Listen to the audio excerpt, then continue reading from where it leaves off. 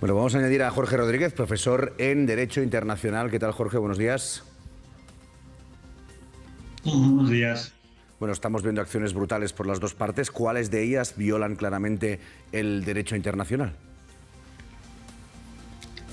Bien, lo primero que tenemos que aclarar es dónde podemos encontrar el derecho internacional humanitario. El derecho internacional humanitario al final lo componen toda una serie de tratados internacionales, siendo los más reconocidos los 4 convenios de Ginebra de 1949, a lo que podíamos añadir 2 protocolos de 1977. Por lo tanto, siempre que veamos algún tipo de acción que lo que hace es, en lo más concreto, atentar contra la población civil, e igualmente atentar contra aquellos edificios, aquellos bienes inmuebles que lo que hacen es no otorgar una ventaja militar a la parte que está realizando esos ataques, pues aquí hablamos de colegios, hablamos de escuelas, hablamos de templos de culto. Siempre que veamos ataques contra este tipo de edificios, es ante un crimen de guerra. ¿Cómo se materializa, Jorge, el derecho a defenderse? El derecho a defenderte. Bien, aquí lo que tenemos, entraremos dentro de otro apartado que no sería estrictamente derecho internacional humanitario, sino que el conocido como derecho a la legítima defensa lo tenemos regulado en el artículo 51 de la Carta de Naciones Unidas. En este sentido, en la Carta de Naciones Unidas lo que se expone es el derecho que se tiene por parte de un Estado a la legítima defensa contra el ataque de otro Estado. Por lo tanto, aquí, en el caso de Israel, habiendo venido del ataque sobre el que se está hablando sobre todo estas últimas semanas, no por parte de un Estado, sino por parte de una organización armada, de un grupo terrorista como es Hamas, digamos que no estaríamos dentro del espectro 51, y por tanto aquí digamos que deberíamos de entrar en otro tipo de acciones, de nuevo otra vez dentro del derecho internacional humanitario. Esos ataques no deberían de ir nunca contra la población civil, sino concretamente contra eso sería Hamas como grupo terrorista. ¿Cuál es el problema que nos encontramos? Hamas se encuentra en la Franja de Gaza. En la Franja de Gaza lo que nos encontramos es con una densidad de población tremenda y que por tanto es muy difícil discriminar que sería un ataque contra edificios militares estratégicos jamás de la población civil. Por lo tanto, las acciones de Israel, en cualquier caso, y lo que estamos viendo sobre todo desde el sábado o desde el domingo, pues no entrarían dentro de ataques contra objetivos militares estratégicos de Hamas, sino contra la población civil. Por lo tanto, de nuevo aquí entraríamos a definir estos ataques de Israel como crímenes de guerra y que, por tanto, tienen responsabilidad internacional. Alan. Es que yo creo que aquí hay que hablar muy claro y crear las condiciones para básicamente exterminar a una población, que es lo que estamos viendo en la Franja de Gaza, se llama de una forma muy clara y es genocidio. Si tú impides que entre el agua corriente, si tú impides que entren los alimentos, si impides que tenga electricidad, incluso hospitales, tú no estás atacando a Hamas, tú estás atacando a la población civil que vive en Gaza, estás acabando con ella y al mismo tiempo no la dejas escapar.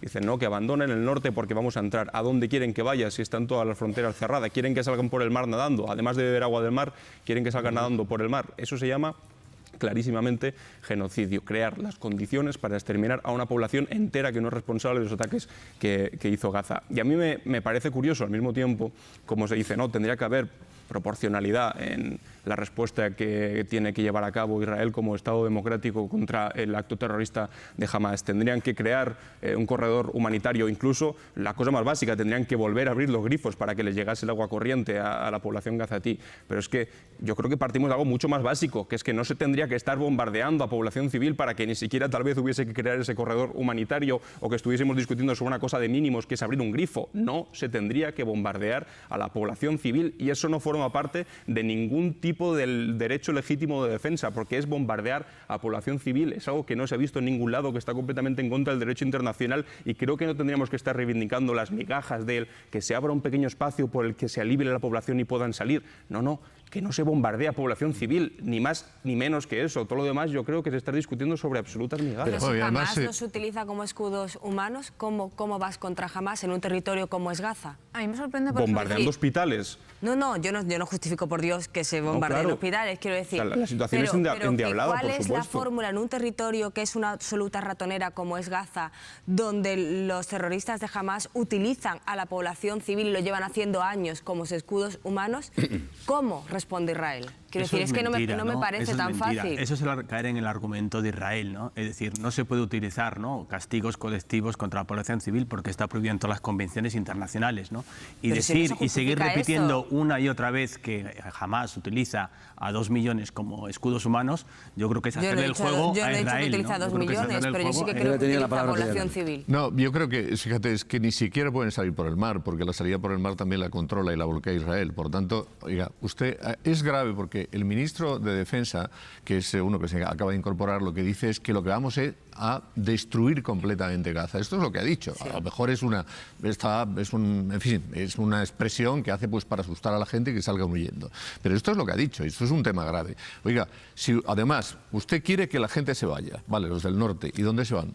Porque al sur no pueden ir, porque no hay sitio para quedarse. Le tendrá que abrir un corredor humanitario para que salgan, no sé, por Israel, por algún sitio, para que la población pueda salir y tú puedas efectivamente castigar a los terroristas. Que, por supuesto, no como en España, porque aquí los terroristas los cogíamos, los metíamos en la cárcel y luego los juzgábamos y los metíamos...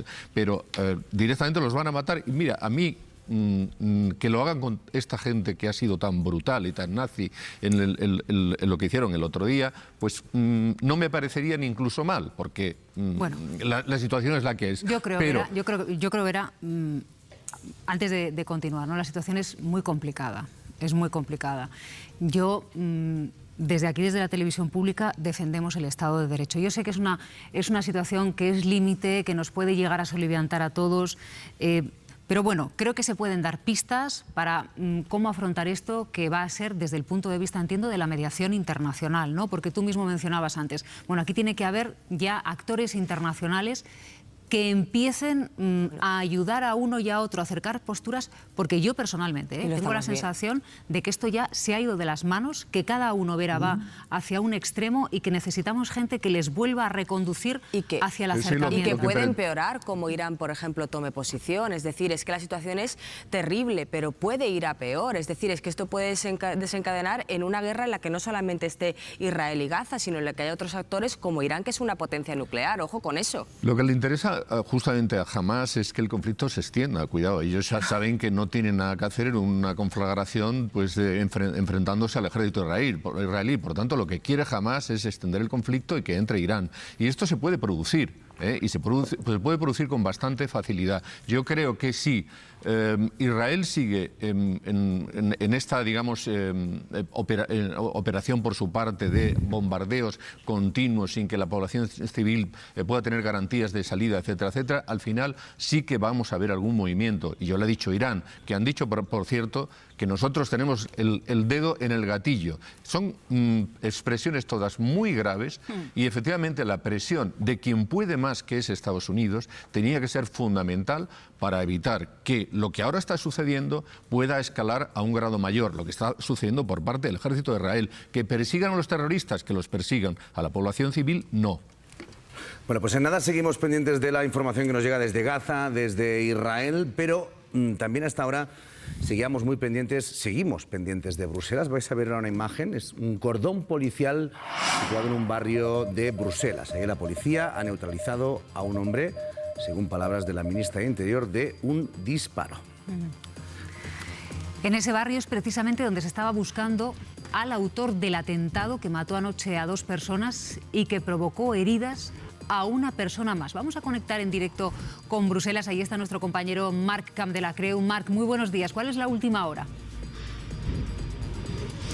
¿Qué tal? Buenos días. Como decís, hay poca información oficial a estas horas y es verdad que el Ministerio de Interior ha confirmado ya que hay un sospechoso detenido y ahora mismo los medios belgas, citando a fuentes de la Fiscalía Antiterrorista, dicen que hay muchísimas posibilidades de que este sospechoso sea el autor de este atentado y esas mismas fuentes además dicen que se habría producido un tiroteo antes de la detención. Estamos en el barrio de Schaerbeek donde se habría producido esta detención. Como veis, la zona sigue perimetrada por la policía. Durante toda esta noche se han producido varios registros y en esos registros se habían encontrado además varias armas. Se estaba buscando a un ciudadano de origen tunecino de 45 años que en 2019 había tramitado ya una demanda de asilo a Bélgica que fue rechazada, según confirmaron ayer en rueda de prensa tanto el primer ministro belga como el ministro de Justicia. Ese ciudadano es el que abrió fuego ayer a las 7 de la tarde en el centro de Bruselas y mató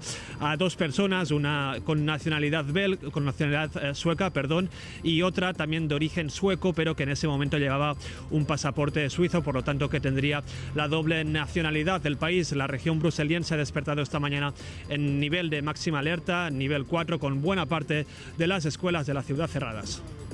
No sé también, Mar, si en el rato que te has desplazado hasta el lugar de donde ahora se ha neutralizado a este sospechoso, también has visto más presencia de la policía en la ciudad, incluso presencia del ejército. No sé si ese elevar al nivel máximo la alerta terrorista en Bélgica implica eso también.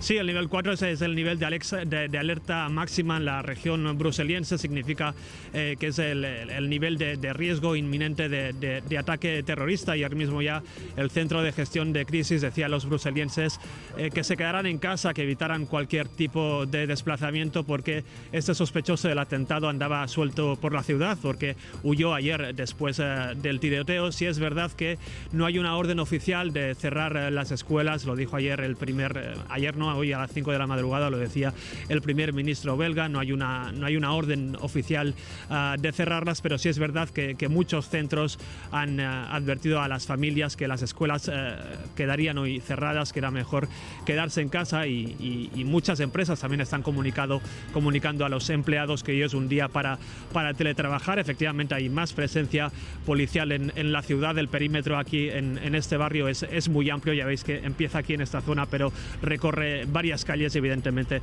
no nos podemos acercar porque los registros continúan hasta ahora. Claro, Marc, porque por un lado dice la policía literalmente que ha neutralizado a un sospechoso, no se sabe si es el autor del ataque de ayer, con lo cual entendemos que siguen los registros y seguiría la búsqueda o de otro sospechoso o de posibles colaboradores en la zona, ¿no? Si es que los hubiera.